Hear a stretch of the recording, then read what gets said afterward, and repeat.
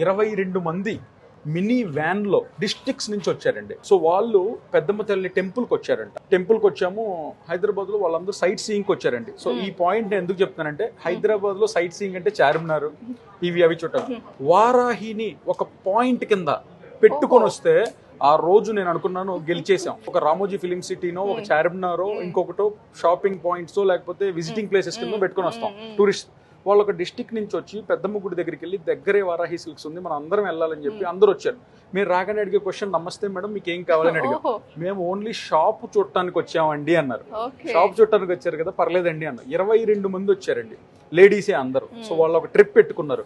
ఆ 22 మంది షాప్కి వచ్చిన తర్వాత నా కళ్ళల్లో నీళ్ళు తిరిగి, అంటే ఇంతకంటే ఒక ఓనర్ కానీ ఒక ఫౌండర్ కానీ అంతకంటే ఆనందం ఏముంటుంది. ఒక షాప్ చూడటానికి వచ్చామండి, మీ వీడియోలు చాలా చూసాం, ఒక్కసారి ఆ షాప్ను చూద్దామని వచ్చాను.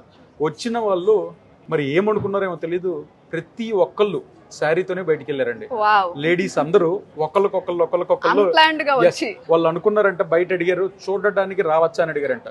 ఈ షాపు కొనడానికి అమ్మడానికే కాదండి, నచ్చినవి చూడటానికి కూడా రావచ్చు అని చెప్తే వాళ్ళు వచ్చి పైన కింద అందరూ షాపింగ్ చేసుకుని ప్రతి ఒక్కళ్ళు వారాహి బ్యాగ్ తో వెళ్ళి భోజనం చేసి మాకు వెళ్ళేటప్పుడు ఫోన్ చేశారండి.